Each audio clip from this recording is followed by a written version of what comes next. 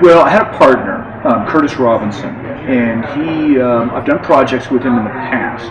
And about 15 years ago, we did a documentary called Benched, the corporate takeover of the judiciary.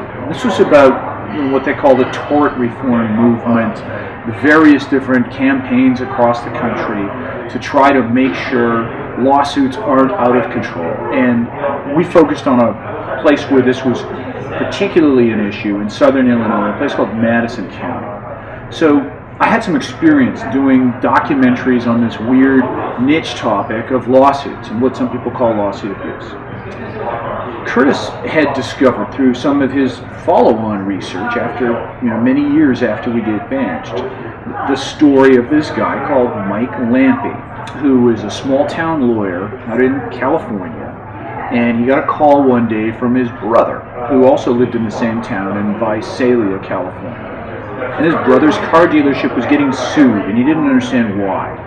They were hit with this big lawsuit over asbestos, claiming that this guy got sick and died from asbestos cancer, and it was from his car dealership. But they noticed there was a big problem with this right off the bat, that this guy didn't actually have the car dealership established at the time that they were claiming exposure. His company didn't exist. So Lampe thought, this is a clerical error. I'll just call up the other lawyers and point out that you can't really sue our company because it wasn't incorporated at the time you say this exposure happened. This was fairly normal. So he called them up, and he was really surprised when they said, actually, no, we're not letting you out of the lawsuit. Give us $20,000, and then we'll let you out. Other than that, see you in court. And he basically read this as being a shakedown. And he suspected that this firm was going around and was just suing different companies willy-nilly with the expectation that they would bury these companies in lawsuits and in paperwork, and that a lot of these companies, even though they would probably win at the end of the day in court, probably couldn't afford to hire the lawyers and go the distance. And they would probably just give $10,000 to make this go away. Almost like a protection racket that, an organized crime group would do in a city. Hey, you need to pay us protection money, or, maybe a Molotov cocktail gets thrown through the front of your store or something. People do this. So this sent him on this odyssey where he fought back. And he was able to get a lot of paperwork that told him about the inner workings of this law firm's business practices. And this was a law firm that specialized in asbestos cases. And he found some really disturbing things. One of the things he found out was, according to Mike Lampe, the law firm wasn't being upfront with its own clients about the expenses that it was charging them. And there was a lot of expenses that they were taking out of what should have been the client's take in these proceedings. And the law firm was keeping those for themselves. And he started to investigate further. And he found other things that really, according to him, seemed unethical and just wrong. So he started sounding the alarm about the business practices of these law firms in the asbestos community. So we started to investigate what Mike Lampe was doing and what he found. And we found that the trail started branching out from there. Well, his was just one case. There have been all kinds of problems similar to this, and in some cases worse, across the country for several decades now, where law firms are suing on behalf of alleged asbestos exposure. So we started to investigate other cases, and we found out that there were a lot of people who got sick from asbestos exposure and died. And there were companies that were using asbestos, were mining asbestos, and were making asbestos products. And they knew that there was dangers to the people who they were employing. And they covered up those dangers, or they lied about it. And a lot of people got sick, and it was tragic. And this was going on for a long time. But by about the mid to late 80s, most of those companies had been sued into bankruptcy and weren't doing that anymore. And asbestos, the most dangerous forms of asbestos, are actually no longer in use. But the law firms that grew up around and made their business model around suing asbestos companies are all still in existence, and they're still doing cases. And in a lot of instances, it seems that what they're doing is really pushing the limits of what you might call ethical, what you might call right, and it appears that, and some would say, they're making a lot of money from doing this, and it's no longer about justice for asbestos victims. It's actually about profits for law firms. Because the most hazardous forms of asbestos, were banned, were taken off the market, they stopped using them and they replaced them with other things a while ago. Most of the people who would have mesothelioma, which is a type of cancer that is pretty much only caused by asbestos exposure, they are over the people.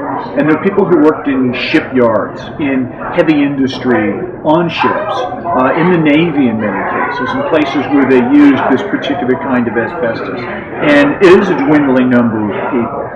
One of the criticisms about this problem and about the subject of our film is that it has been alleged that the law firms that do asbestos lawsuits know this, and they know that they're running out of people, so they're finding new avenues and finding new ways to continue the litigation.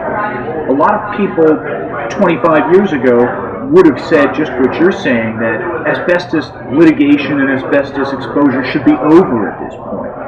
But if you watch TV, as you point out, you still see the ads. There is what some people say is a business model that is here on the part of these law firms. Not all of them are bad actors, but some of them, it appears, are doing things that really raise eyebrows and make you wonder if the justice system is doing what it's supposed to.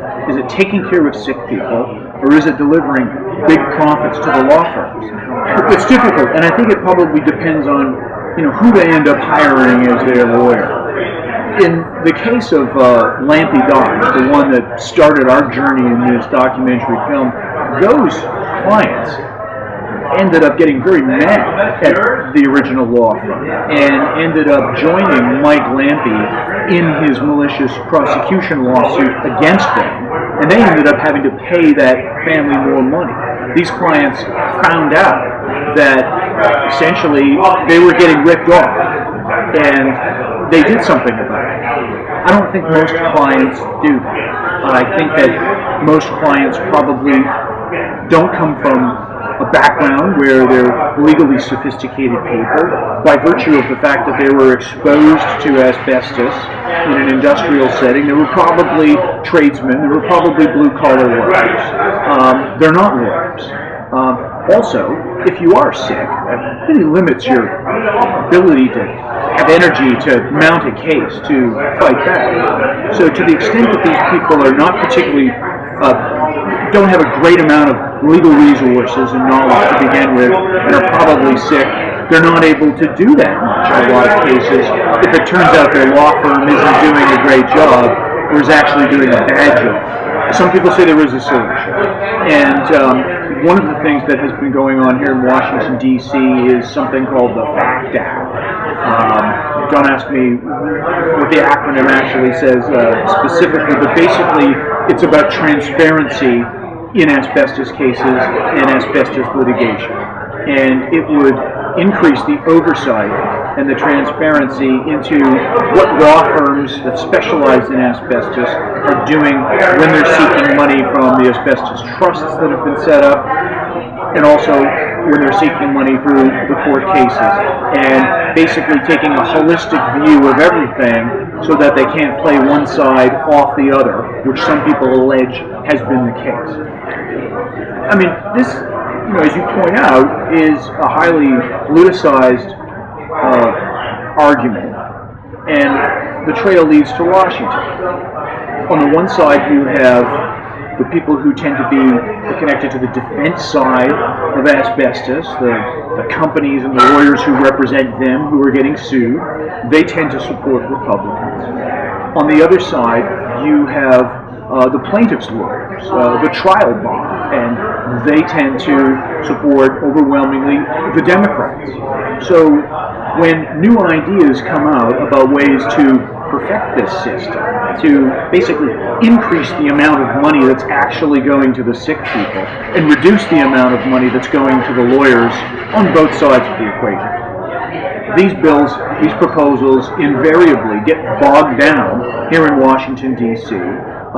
Through the Democrats standing up for the trial lawyers and the Republicans standing up for the defense side, and you don't see a lot of change. But the way it breaks down, the lawyers who are representing the sick people and filing the lawsuits, they generally tend to support the Democrats. They raise a lot of money for Harry Reid, for instance.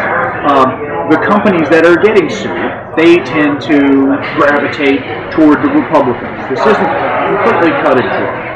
But to sum up here, there's another example of a way to take care of people, and this is in the film. In Canada, right there was a lot of asbestos exposure. They mined it there and they used it there. And a lot of people got sick. In Canada, they decided to do something different. And what they said was that they would create government agencies that are connected to the provinces. And if you got sick from asbestos exposure, you would go to these agencies and they'll take care of you. They'll take care of your family if you die. They'll give you a settlement. They'll pay all your medical bills.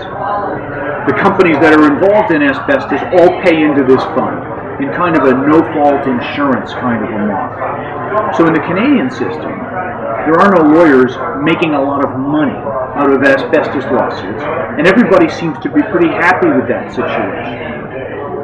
In the United States, a substantial portion of all of the money that goes to take care of sick people isn't actually going to the sick people, it's going to law firms. Not all of it wrongly, probably a lot of it justified. But it seems that there are some cases where exorbitant amounts of money are going to the law firms and are fueling the lawyer lifestyle, where some of these guys have private jets, mansions in places like Aspen, Colorado. As the protagonist in our film says, you have to wonder if these people make enough money to fly private jets and have mansions in Aspen. Is this because they're great lawyers, or because they've managed to rig the system in a way that benefits them? And this is what we're exploring. Yeah, it might very well be a bit of both. And I don't mean to say that by doing this film, I'm anti-trial lawyer, or I'm pro-defense. I'm not. This is an independent film. We've done this from a position of, I think, absolute objectivity in investigating this. And our hope is that if anything comes out of this, the system can be perfected. So that at the end of the day, sick people, taking care of sick people, which is what this is done easier, is done better, and more of the money that goes into the system gets to the sick people, and less money gets absorbed in legal costs and billable hours.